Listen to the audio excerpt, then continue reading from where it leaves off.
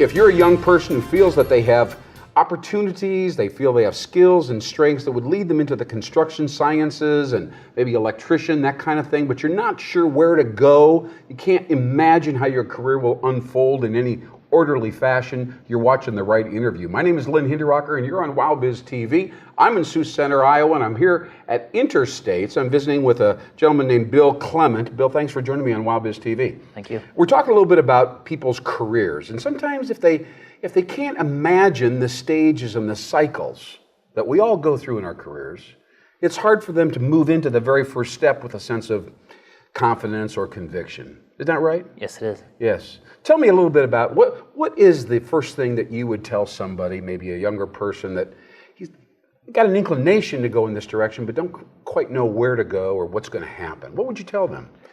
I'd say when you get started, when I started my career, I got some technical training first. I went through a technical school at Southeast Community College. Good. Okay. Really helped you learn the basics of the trade. So that gave you a little bit of confidence. You kind of knew what you were doing. Correct. But that wasn't enough yet.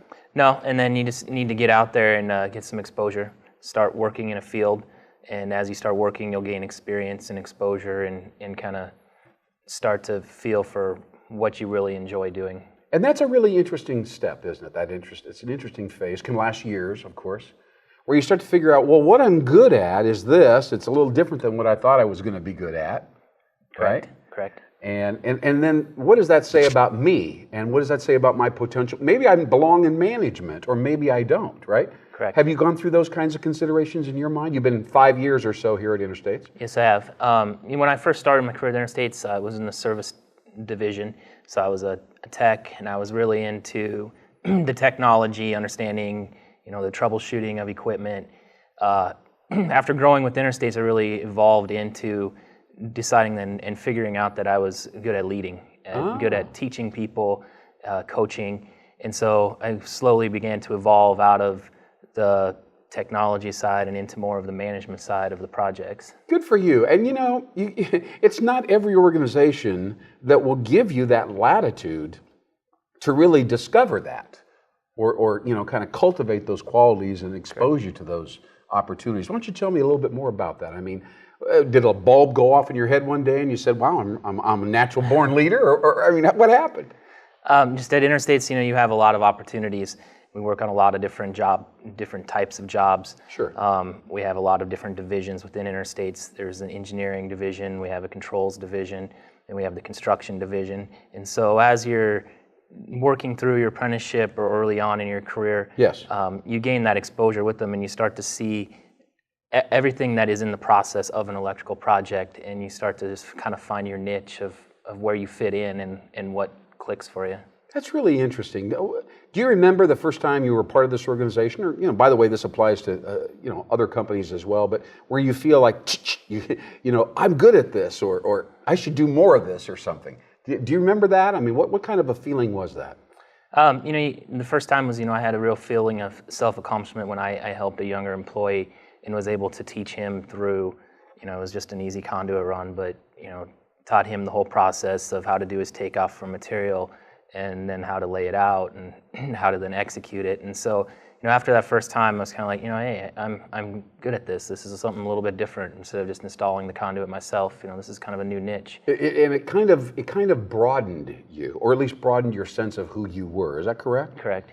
Yeah. Tell me a little bit about that. I mean, when you reach this point, and we all go through this in our careers, by the way, but particularly in the construction business and in the electrical engineering in that area, as you start to see yourself broaden and diversify, what kind of a scenario, does it confuse you? Does it make you anxious? Or do you go, oh boy, I'm ready to go in this direction instead of that direction? How does that go? It's really exciting, that there's endless possibilities. And that's kind of what you feel like as soon as you find a new niche where, with me a little bit, it was management, getting to manage the crew, do the layout, start to dig into the financials, and right. And just as you start to learn that trade, then just more opens up, and it's just exciting, and you do not feel trapped. You feel like that there is no ceiling on your potential in your development. Yeah. First of all, you feel like you have potential, and then secondly, you feel like you don't have a ceiling on your potential. Correct. Those are like two different but related things. So let's go back to the young person. Let's say we're talking to a 19-year-old guy who's good with his hands and seems to feel real comfortable taking things apart and so on, fixes things, really easily and naturally, but doesn't know where in the world he should be going. That person should be comforted. Should that person be comforted by this and say, oh, I see, you go through these kind of like these chapters in your life, or lead me down that path?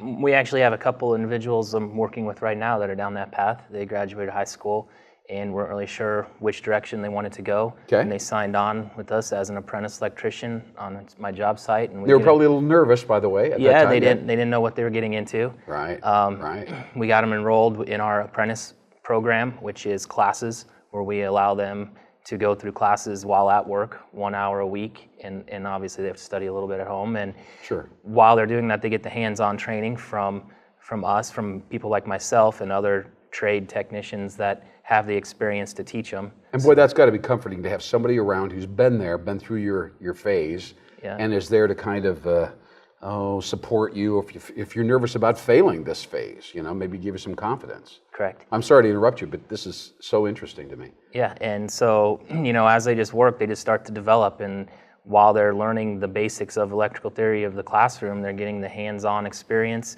to develop them into electricians. And yeah, it's really exciting watching them grow, and they move around a little bit from job site to job site, gaining that exposure, gaining the exposure to controls, to instrumentation, and they start to develop and understand what part of the electrical construction that they really what enjoy. Their specialty should be. Yes, and what kind of a human being they're also capable of becoming. Correct. Yeah, and that's an outstanding realization. Well, Bill Clement, right here at Interstates Institute Center, thank you so much for sharing your insights here. I think that's so relevant to so many people. They feel hazy, they feel confused, they have a gut move or they want to go in a direction, but they feel a little bit confused and don't have enough confidence. I know this interview is going to make a big difference in their life. Thanks for joining me, and thanks for watching Wild Biz TV. I'm Lynn Hinderrocker. We'll see you again.